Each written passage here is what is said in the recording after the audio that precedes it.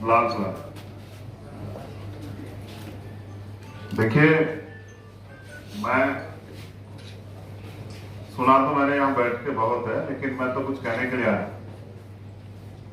क्योंकि सुन तो हम सदियों से रहे, बोल नहीं रहे, इसलिए सरकार तानाशाह होगी, इसलिए सिस्टम भी तानाशाह हो गया। अन्याय करने वाले से अन्याय सहने वाला ज्यादा दोषी होता है, और मैं इस बात को अच्छी तरह जानता हूं। तो मैं अपनी बात को शुरू करने से पहले 3 घटनाओं पे आपका ध्यान आकर्षित करना चाहूंगा। हम कैसा समाज है और हम कहां खड़े हैं। मैं अपने साथियों से भी आग्रह करूंगा कि वो गौर करें। दिसंबर 2019 हैदराबाद एक रेप हुआ और पुलिस ने एनकाउंटर किया, और हमने खूब तालियां बजाई कि पुलिस ने तत्काल न्याय कर दिया। ये अच्छा हुआ, इससे सबक मिलेगा।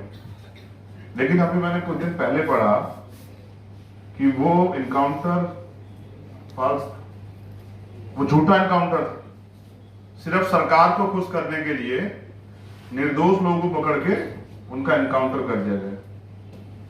सब लोग चुप। दूसरी एक घटना बिहार की, लक्ष्मणपुर बात है हत्याकांड।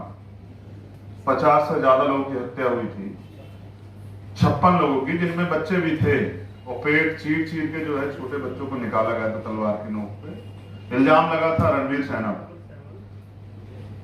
हाई कोर्ट ने नहीं, लोअर कोर्ट ने उनको सजा कर दिया आजीवन, और माननीय हाई कोर्ट ने बिहार के उनको बरी कर दिया।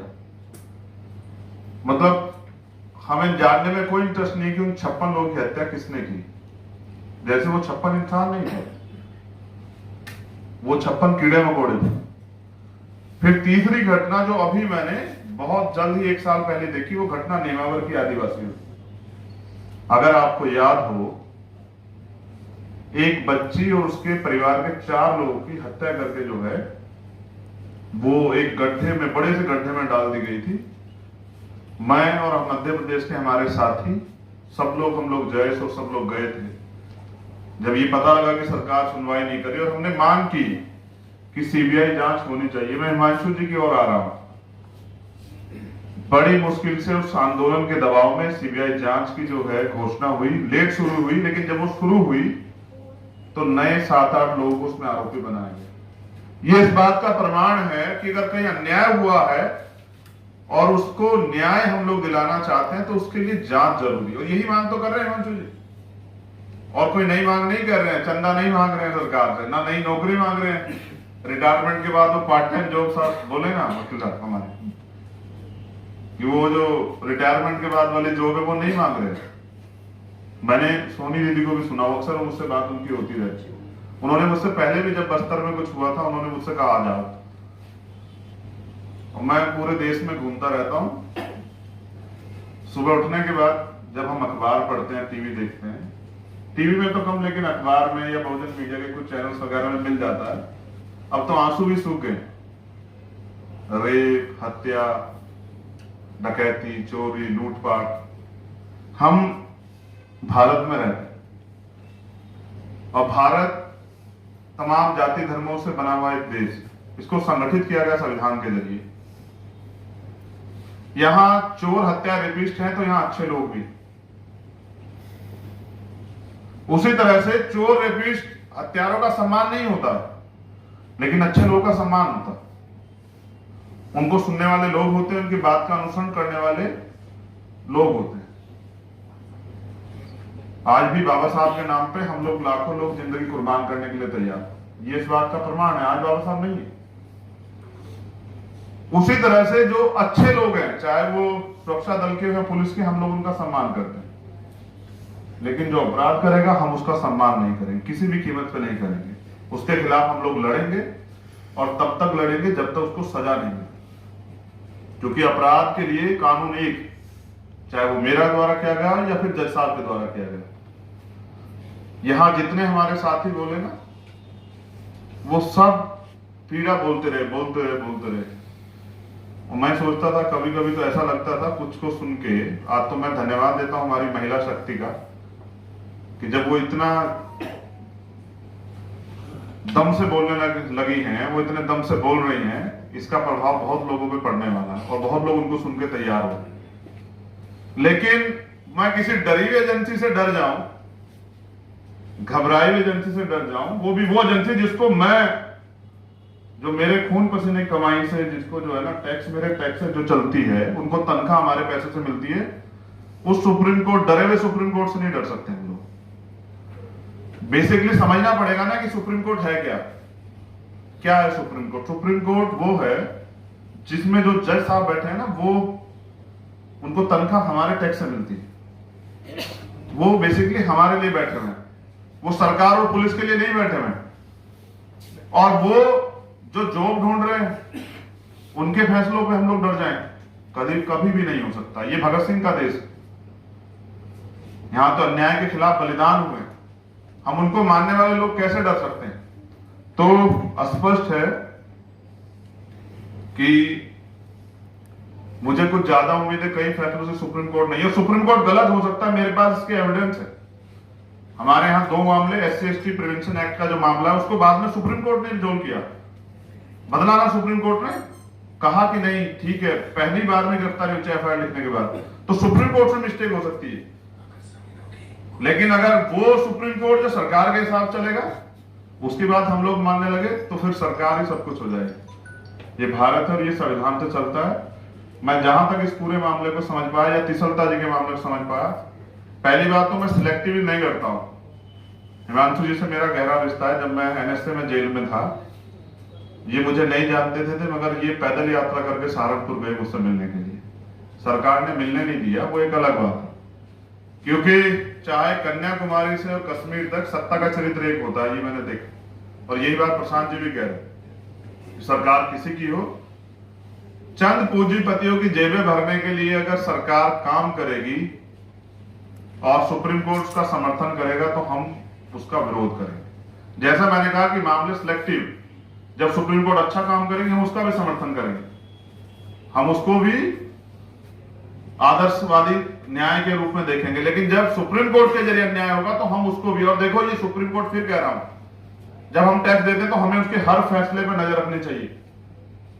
और आपने जो उदाहरण दिए गए साथी हमारे प्रशांत जी द्वारा, वो उदाहरण स्पष्ट है कि किस तरह कुछ जज जो है अपना जमीर बेच के जो है वो न्याय कर रहे हैं। ऐसे न्याय से न्याय का सिद्धांत ही खत्म हो जाएगा। तो मैं जो कह रहा था कि मैं सिलेक्टिवली नहीं लड़ता हूं, अब तक देख लीजिए, चाहे वो CA का मामला हो, NRC का मामला हो, किसानों का मामला हो, यलगार परिषद का मामला, बीमा कोरेगांव का मामला, रोस्टर का मामला हो, कोई एक ऐसा इश्यू नहीं है कि जहां न्याय खिलाफ लड़ा गया और वहां मैंने और हिमांशु भाई मेरे, उनके साथ अन्याय हो, तो हाँ ऐसा कैसे देखा जा सकता है? तो इसलिए मैं पूरी घटना को समझ पाया हूं कि सरकार ये चाहती है कि हमारा बोलने का अधिकार छीन लिया जाए, हमारे लड़ने का अधिकार छीन लिया जाए। और ये अधिकार हमें सरकार नहीं देती, सरकार को समझना पड़ेगा, ये अधिकार हमें भारत का संविधान देता है।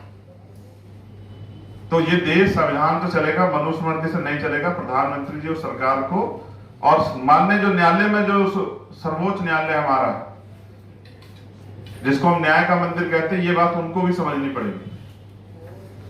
कई ऐसे मामले हैं, मैं भारत में बहुत सारी चीजों को हम नोटिस करते हैं, क्योंकि 23-24 का स्टेट में हमारा संगठन है। आज हमारी जब पता लगा दिल्ली आए, तो छत्तीसगढ़ की टीम भी आई हुई, उन्होंने मुझसे एक निवेदन भी किया है। तो मैं समझता हूं कि इतने मामले हैं सुबह से शाम तक कि समझ नहीं आता किस मामले को लिखें। इतने मामले, लगता है ये बुरा है, उसके बाद जो दूसरा पता लगता है वो उससे ज्यादा बुरा है। तो जब मैं पूरे भारत में घूमता हूं तो समझ आता समस्या एक, अब पूरे भारत में कहीं भी चले जाओ। दीदी मुझे अफसोस है, लेकिन ये सच है कि अभी भी आदिवासियों को, दलितों को इंसान नहीं समझा गया, उनको जानवर ही समझा गया है। और जानवरों की हत्याओं पे इस देश में शायद जो है ना लोगों को तो तकलीफ नहीं होती। मैं उसी समाज से आता हूं, तब मैं इस बात को कह रहा हूं। मैं यहां खड़े होकर इस बात कहता हूं तो हो सकता है लोग मुझे जातिवादी कह दें। जब प्रशांत भाई इस बात को कहेंगे, शायद लोग इस बात को ना कहें, वो कहेंगे प्रोग्रेसिव बात कर रहे हैं। लेकिन मैं इस सच्चाई को जानता हूं कि मैंने कहीं ऐसी घटना देखी, पूरा भारत का जो मेन स्ट्रीम है, चाहे वो खिलाड़ी हो या एक्टर हो या न्यूज चैनल हो, कुछ सब लोग लिखते हैं। मैं घटना का जिक्र करूंगा जबकि मैं आदिवासियों की तरफ से मानता हूं कि प्रकृति की सबसे ज्यादा संरक्षण और प्रकृति की सबसे ज्यादा जो है सम्मान, वो पूजा जो है वो करते हैं। एक हथनी के साथ कुछ हुआ था, अगर आपको याद हो,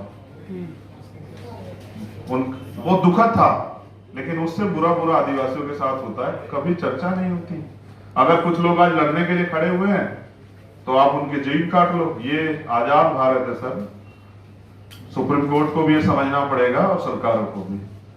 और रही बात जो और ज्यादा महत्वपूर्ण है गोमपाड़ के मामले में, तो मैं दीदी से वादा करता हूं कि जल्द हम लोग जो है ना, और हम हिमांशु जी को भी ले चलेंगे, हम गोमपाड़ फिर जाएंगे, हम उन लोगों के बीच में जाएंगे, उनके दर्द को सुनेंगे। वो दिल्ली चल के आते हैं, ये बहुत अच्छी बात, लेकिन हम वहां जाएंगे उनके बीच सुनने के लिए, और वहां की सरकार से भी पूछेंगे और इस लड़ाई को और मजबूत करेंगे।